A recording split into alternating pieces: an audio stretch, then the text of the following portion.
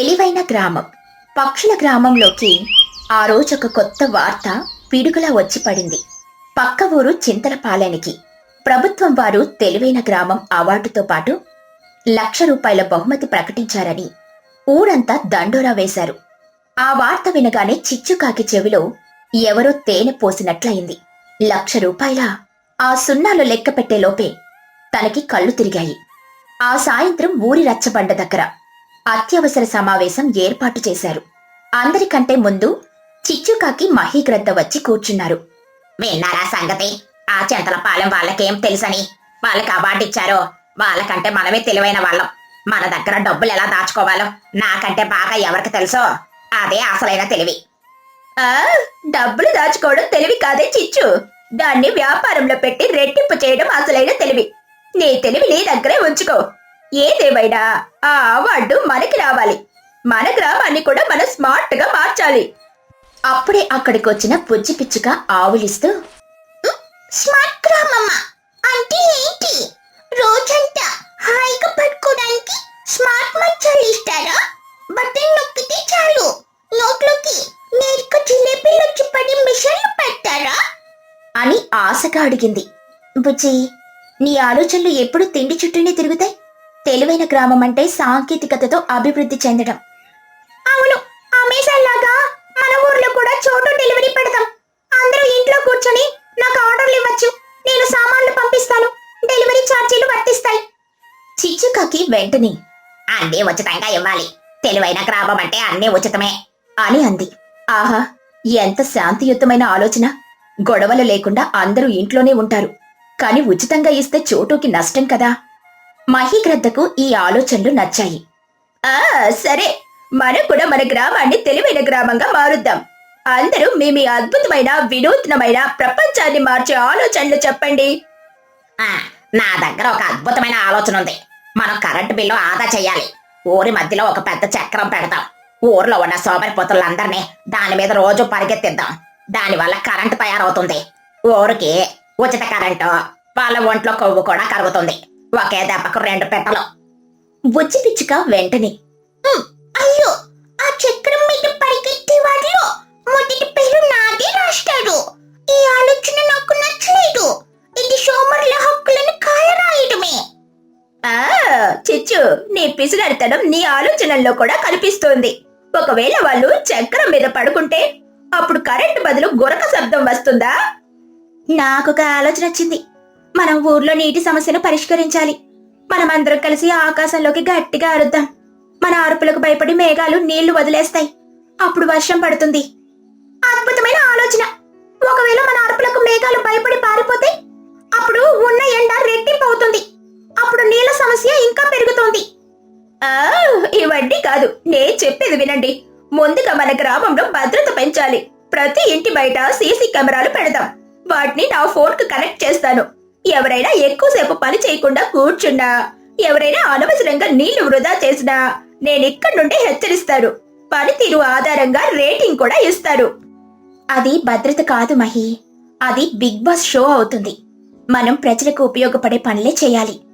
అలా చివరికి కొన్ని గంటల తర్వాత, వాళ్ళ వేడి వేడి చర్చల తర్వాత 4 ప్రాజెక్టులను ఎంపిక చేశారు. చిచ్చుకాకి ఉచిత విద్యుత్ పథకం, ఊరి మధ్యలో పెద్ద చక్రం పెట్టడం, రెండవదిగా చోటు చిలుక స్మార్ట్ డెలివరీ, ఇంటింటికి సరుకులు పంపే వ్యవస్థ, మూడవది మహీగ్రద్ద ఆధునిక వ్యవసాయం, పొలాల్లో నీళ్లు పెట్టడానికి డ్రోన్లు వాడడం, ఇక 4వదిగా బుజ్జి పిచ్చుక ఆటోమేటిక్ ఫుడ్ మిషన్, ఆకలి వేసినప్పుడు ఆహారం అందించే యంత్రం. ఈ ఆలోచనను బుజ్జి పిచ్చుక గట్టిగా నిరాహార దీక్ష చేస్తానని బెదిరించి మరీ చేర్పించింది. పనులు మొదలయ్యాయి. చిచ్చుకాకి ఒక పాత ఎడ్లబండి చక్రాన్ని తెచ్చి ఊరి మధ్యలో పెట్టింది. దానిమీద ఎక్కడానికి ఎవరూ ముందుకు రాకపోవడంతో చక్రం తొక్కిన వారికి రోజుకొక అరటిపండు ఉచితమని ప్రకటించింది. ఆశపడి ఒకరిద్దరు ఎక్కినా 2 నిమిషాలకే కిందకి దూకేశారు. మరోవైపు చోటు చిలుక తన స్మార్ట్ డెలివరీ మొదలుపెట్టింది. తుని పిచ్చుక ఇంటికి పంపాల్సిన పప్పు డబ్బాను ఒక కోడిపిల్ల మెడకు కట్టి పంపింది. చూడు తుని, ఇది నా కోడి కొరియర్ సర్వీస్. అమెజాన్ కంటే వేగంగా వెళ్తుంది. దీనికి GPS కూడా ఉంది. అది గొప్ప పరుగు శక్తి అని గొప్పగా చెప్పింది. కాని ఆ కోడిపిల్ల తుని పిచ్చుక ఇంటికి వెళ్లకుండా దారిలో ఉన్న కుక్కని చూసి భయపడి ఎటో పారిపోయింది. పప్పు డబ్బా ఏమైందో ఎవరికీ తెలియదు. ఒక పాత బొమ్మ హెలికాప్టర్కు చిన్న నీళ్ల సీసా కట్టి దాన్ని డ్రోన్గా మార్చింది. అది గాలిలోకి లేచి అదుపు తప్పి నేరుగా వెళ్లి చిచ్చుకాకి పెట్టిన చక్రం మీద పడి ముక్కలైంది. చూసావా మహి, నా చక్రానికి ఉన్న ఆకర్షణ శక్తికి నీ డ్రోన్ తట్టుకోలేకపోయింది. నా ప్రాజెక్ట్ సూపర్ హిట్. కావాలంటే నా చక్రం మీద పడ్డ నీ డ్రోన్ మొక్కలకు అద్దె కట్టు. ఇక అందరికంటే ఘోరం బుజ్జి పిచ్చుక ప్రాజెక్టు. తాను ఒక పాత కుండకు రకరకాల పైపులు ఆకులు తగిలించి దాన్ని ఆటోమేటిక్ ఫుడ్ మిషన్ అని పిలిచింది. తుని పిచ్చుక, బుజ్జి, ఈ కుండకు అన్ని గొట్టాలు ఎందుకు తగిలిస్తున్నావు? అది ఫుడ్ మిషనా లేక పాములు పుట్టా?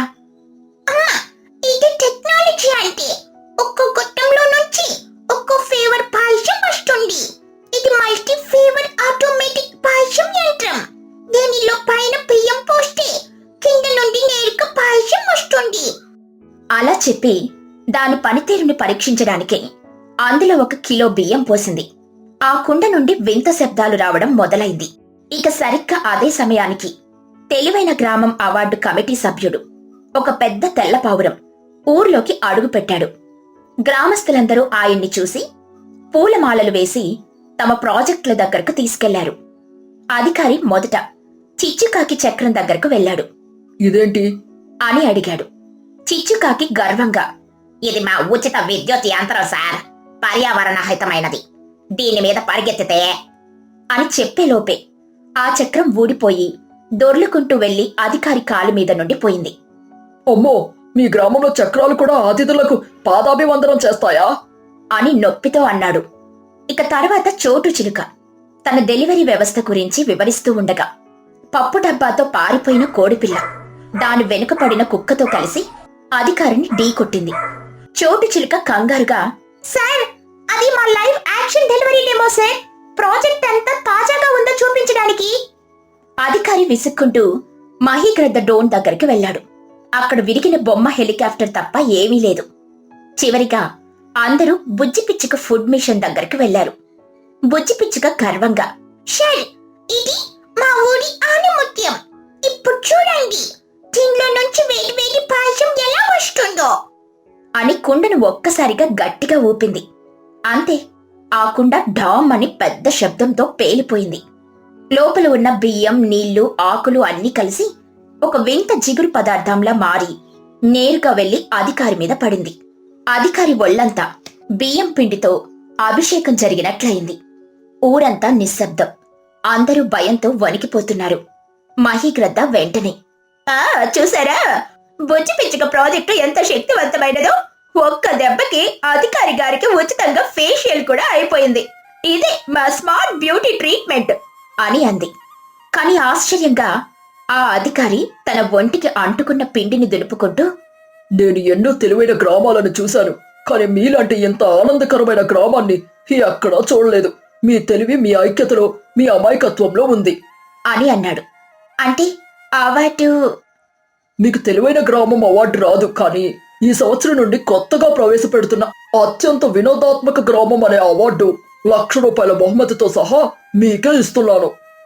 ఆ మాట వినగానే అందరూ ఆనందంతో గెంతులేశారు. చిచ్చుకాకి వెంటనే ముందుకొచ్చి, ఆ ₹1,00,000 నా దగ్గర భద్రంగా ఉంటాయిలే. బ్యాంక్ కంటే ఎక్కువ భద్రత ఇస్తాను అని అంది. బుజ్జి పిచ్చుక మాత్రం అధికారికి అంటుకున్న పిండిని కొంచెం వేలితో తీసుకుని రుచి చూసి, సార్, బియ్యం సరిగ్గా ఉడకలేదు, కానీ రుచి మాత్రం అద్భుతంగా ఉంది. మన మిషన్ విజయవంతం అయినట్లే. ఈ ₹1,00,000తో ముందు ఊరి వాళ్ళందరికీ ఒక పెద్ద విందు ఏర్పాటు చేయాలి అని అంది. అధికారి నవ్వుతూ, మీ గ్రామానికి ఇంకో అవార్డు కూడా ఇవ్వాలి, అత్యంత ఆకలిగొన్న గ్రామం అని అంటూ అక్కడి నుండి బయలుదేరాడు. చీకటి లేని ఊరు.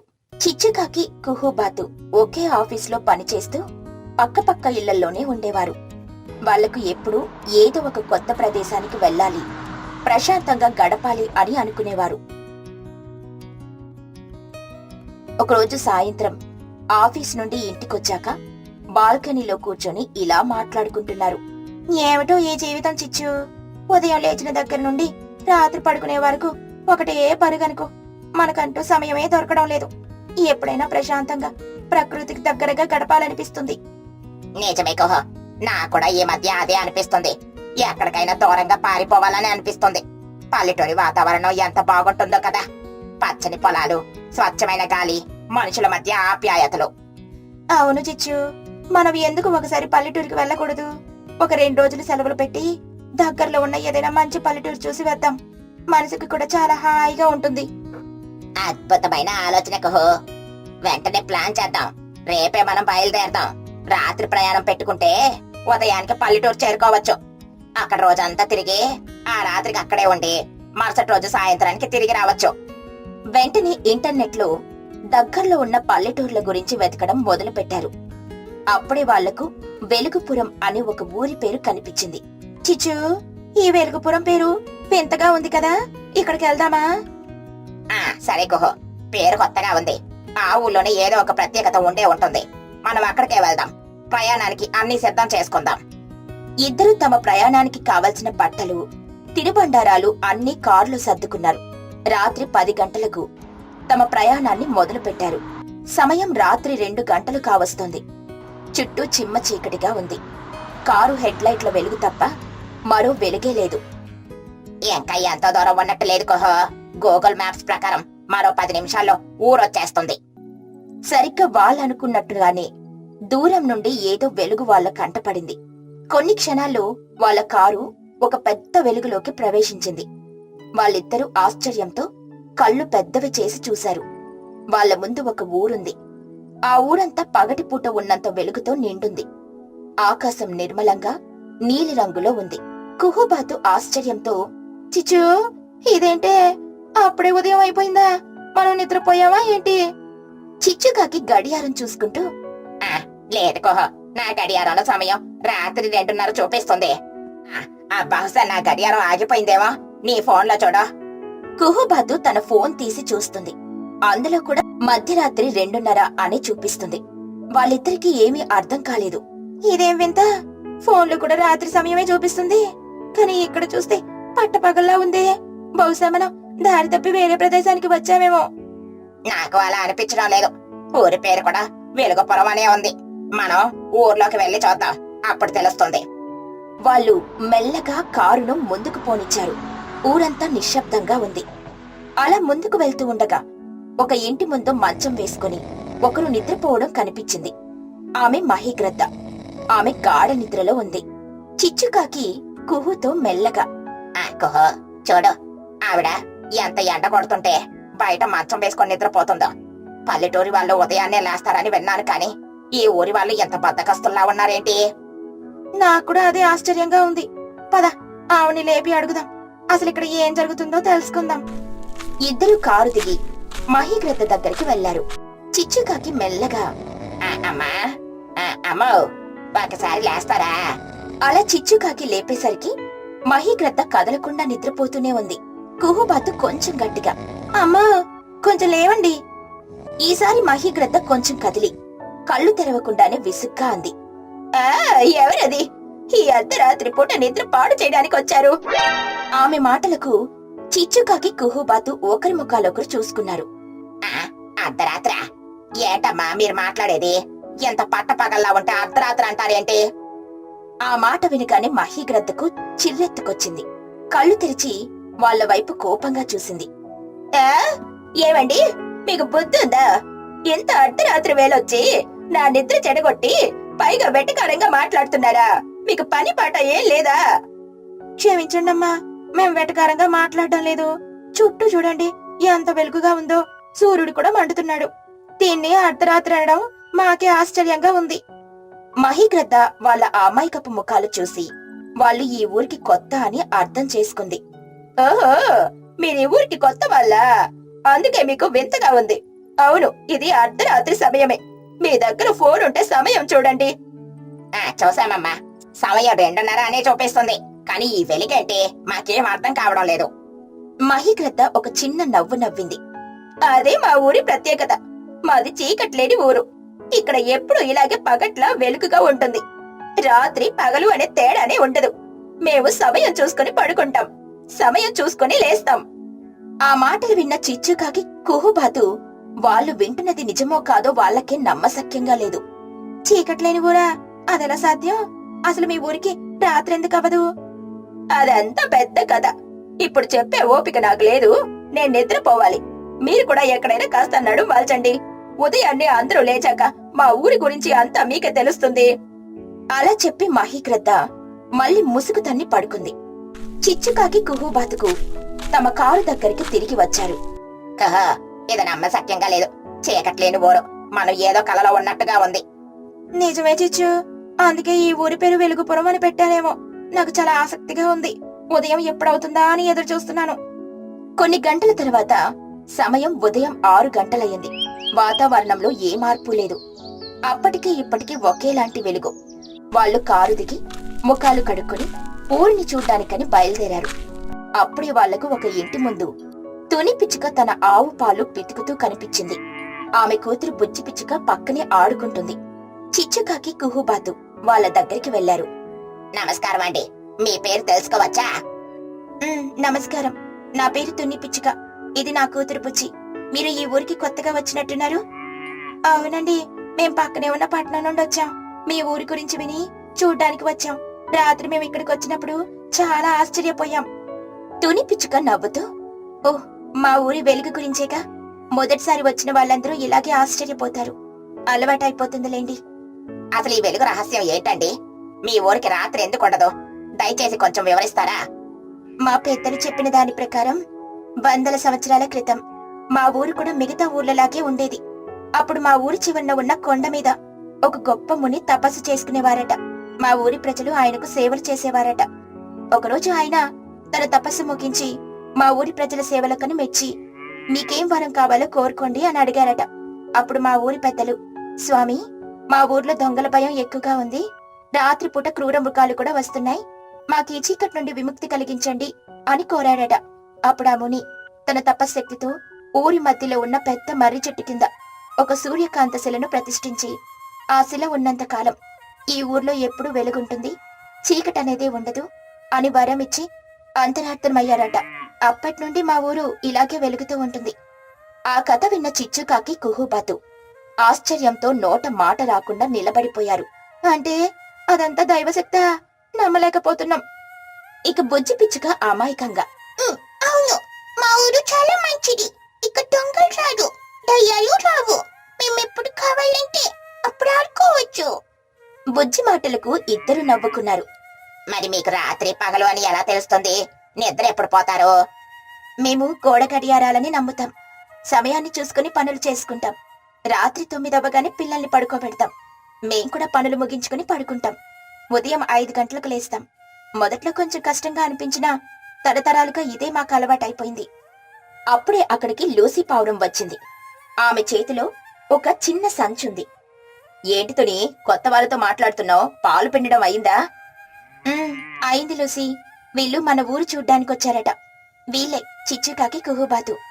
రండి రండి, మా ఊరికి మీకు స్వాగతం. మా ఊరు మీకు నచ్చిందా? నచ్చడం ఏంటండి? మేమింకా ఆశ్చర్యం నుండి తేరుకోనేలేదు. ఇంతటి వింత ప్రపంచంలో ఉంటున్న మీరు చాలా అదృష్టవంతులు. వాళ్ళలా మాట్లాడుకుంటూ ఉండగా చోటు చిలుక వాళ్ళ అబ్బాయి బన్ను చిలుక అటుగా వచ్చారు. బుజ్జా, ఓ బుజ్జా, ఆడుకోవడానికి రా. వస్తున్నాండ్రా పనుక. అమ్మ, నేను ఆడుకోవడానికి వెళ్ళనా? సరే బుచ్చి, జాగ్రత్త. బన్ను బుచ్చి ఇద్దరూ కలిసి ఆడుకోవడానికని వెళ్లిపోయారు. పిల్లలకు మాత్రం ఇది స్వర్గంలా ఉంటుంది కదా, ఎప్పుడు కావాలంటే అప్పుడు ఆడుకోవచ్చు. అవునండి, మా ఊర్లో పిల్లలకు చీకటి భయం అనేదే తెలియదు. కాని వాళ్లకు వేరే ఊళ్ళకు వెళ్ళినప్పుడు రాత్రిని చూసి భయపడతారు. అదొక్కటే మాకు కొంచెం ఇబ్బంది.